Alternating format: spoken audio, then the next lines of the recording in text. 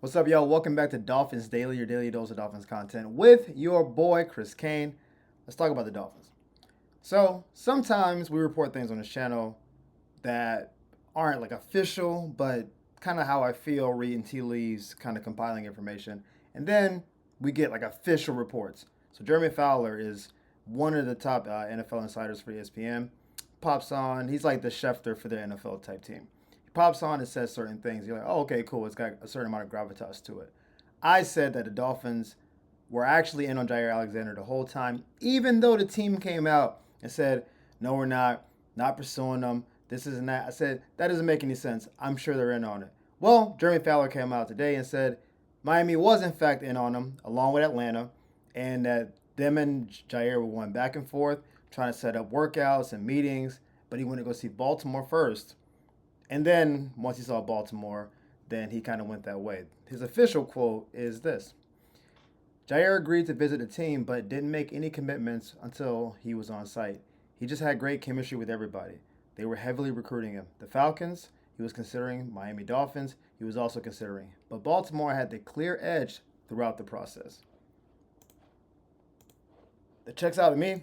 I mean, we were saying that where could he go?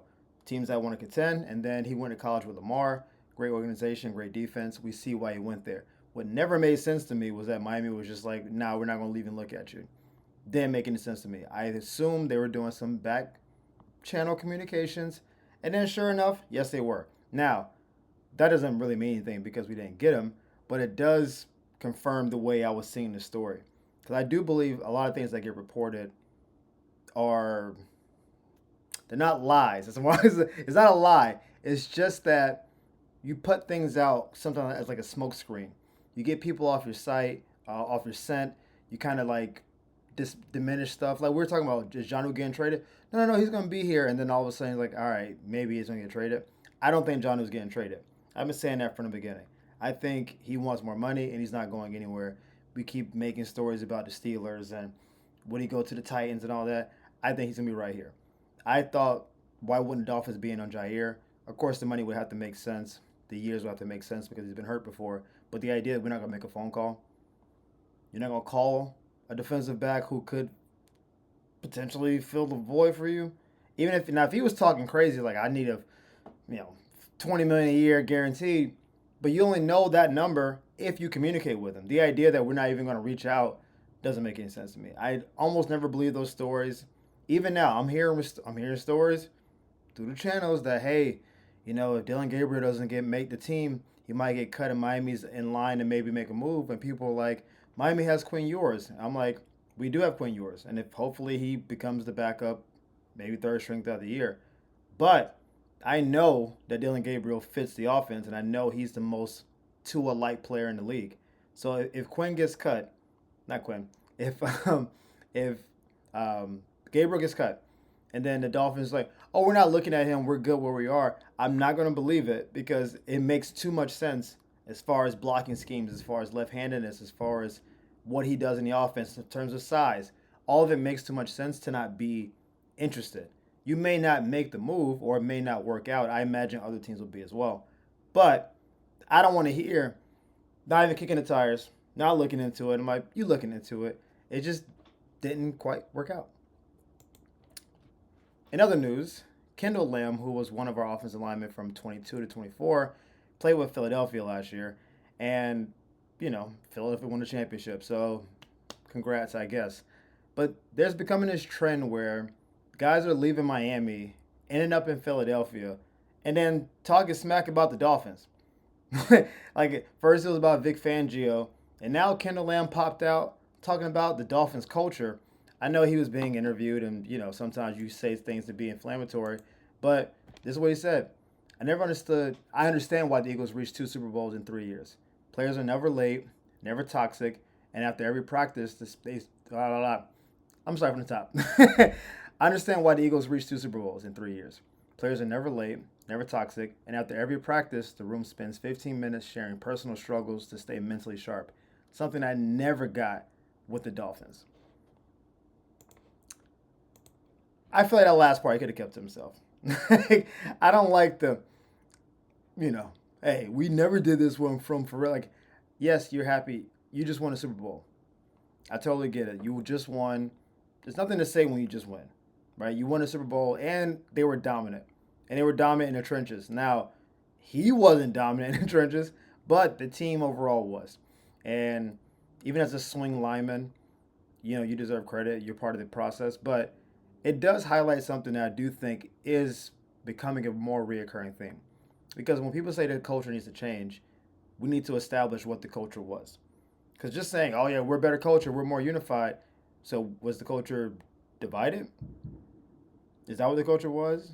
I think, not from afar, but even as like a fan, someone I guess involved more or less with the team, is that the culture was a little lax, not bad, not not necessarily not keeping people accountable, but it's just Miami is kind of a lax city.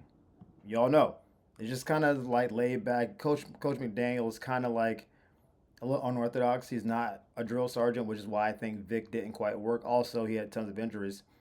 So I think the culture was we're gonna try to do things differently. That's the best way I can describe what I think the Dolphins culture was. I think Coach McDaniel came in and said, "Hey, I'm gonna be a little bit off center, a little quirky. I'm gonna try to do it this way. Mad scientist, mad genius kind of stuff." And I think that is kind of what the culture became. And then you add players like a Ramsey, like a Tyreek, that maybe have bigger personalities. Tyreek is, we know what he is off the field. On the field, tremendous. And I think it just becomes a multi level of just laxity.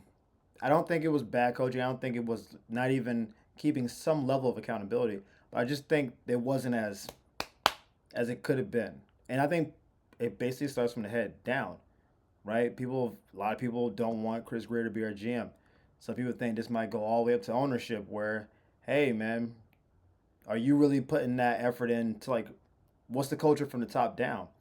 I don't know about that part. I do think when you leave a team and you have success, then you do kind of look back and start poking holes in it. Because I didn't hear any of this from Kendall Lamb when he played.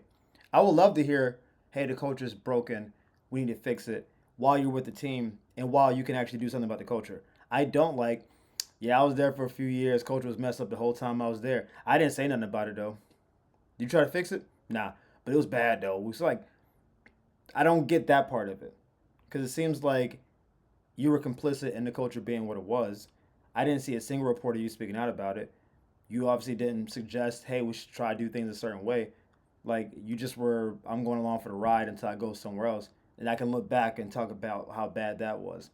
So I don't like that part. Now, if you were someone like Bradley Chubb put his name on a bullet more or less and say, hey, teams talk about culture last year wasn't legit. This year we're locked into it. If Bradley Chubb gets traded or gets cut or what have you, ends up on a different team and says, hey, I tried to help the culture as much as I could, but I was injured. My last 2 years that we were preaching culture, we didn't do it, and now I'm in a new place and we have a culture. I can't honestly get mad at him because he's been out. He put it out on Front Street. I wanted the culture to change. They told me it would. It didn't. I said it during the year while I was with the team, not a year removed, polishing my ring off, looking in the mirror like, look at my culture. I just think it's kind of gratuitous. And even if there's some truth in what he said, I don't know if you need to say it. You could just talk about how great the culture is in Philadelphia. Every team doesn't have the same culture. You could be successful a lot of different ways. So I just don't quite love that part. Now, finally, this is something from CBS. CBS put out a poll of the top quarterbacks, and obviously, everybody wants to be a tier one quarterback. That's Patrick Mahomes, Josh Allen, Lamar, Jalen Hurts, Jaden Daniels, and there's one more, but I don't remember who it was right now. Those are the people at the top. Then it goes to tier two, like people who were borderline. Tier three was like rising rookies with Drake May and those kind of guys. And all the way at tier four was a category called volatile veterans. Now, this is a wild name for a group of people. This is like Tua's in this group, Aaron Rodgers is in this group, Trevor Lawrence is in a group. These are guys who their ceilings are here, but their floors are here. They are volatile. That's why you get the name. Also, alliteration, right? I don't quite believe that this is where these people should be. I think for a lot of them, injuries have been the case. And they talked about Tua that he's only had one fully healthy season. So if you say volatility is in a lack of availability, fine. I think that's fair. I think like Aaron Rodgers played last year and just wasn't.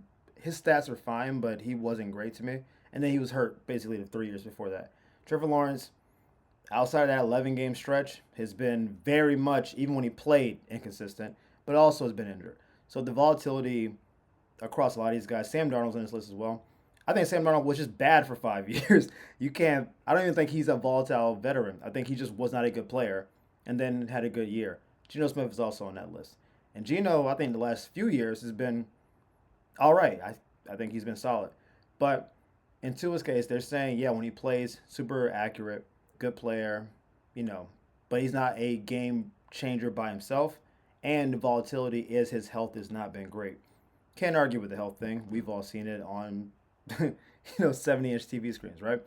But I don't want that to be misconstrued as if his game is volatile, meaning when he plays and he's healthy, that he's here or here. Like, I don't believe that is an accurate description. I think the team hasn't played well in certain circumstances, namely cold weather late in the season. But in a lot of those games, I didn't. I thought Tua played fine. I just thought the team as a whole didn't quite measure up. I think we abandoned the run early, and I think we gave up some really not timely scores or long drives. And so ultimately, it's like, oh, well, Tua lost, so he must be bad. It's like, well, he wasn't, but maybe he didn't win the game, but he didn't lose the game. I think if we're going to talk about injuries, then yeah, because they have Tua as like the 20th ranked quarterback in the league. That feels low to me. I think 20 is too low. I don't. I think Tua at the very least is top 15, and more likely somewhere between that 10 and 14. I think 20 to 23, where he currently is just too low. I don't believe Drake May is a better quarterback than him. I don't. I think Tua is very much in that same tier as a Jared Goff, Dak Prescott. I think they're all. If you put them on different teams, I think you get similar results. You put Tua behind early Dak's offensive line, they're winning. You put Jared Goff behind the offensive line, they're winning. You put Tua behind Detroit's line, they're winning. But you put both of them behind Miami's line last year, not going to be good. That's what I believe by those guys. I don't believe he's some bottom feeder.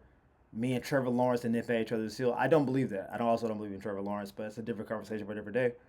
So I think it's something that, these charts, these are going to keep coming out before the year. They're going to rank where's Tyreek and Waddle ranking receivers. It's going to be one for Achan and our running backs.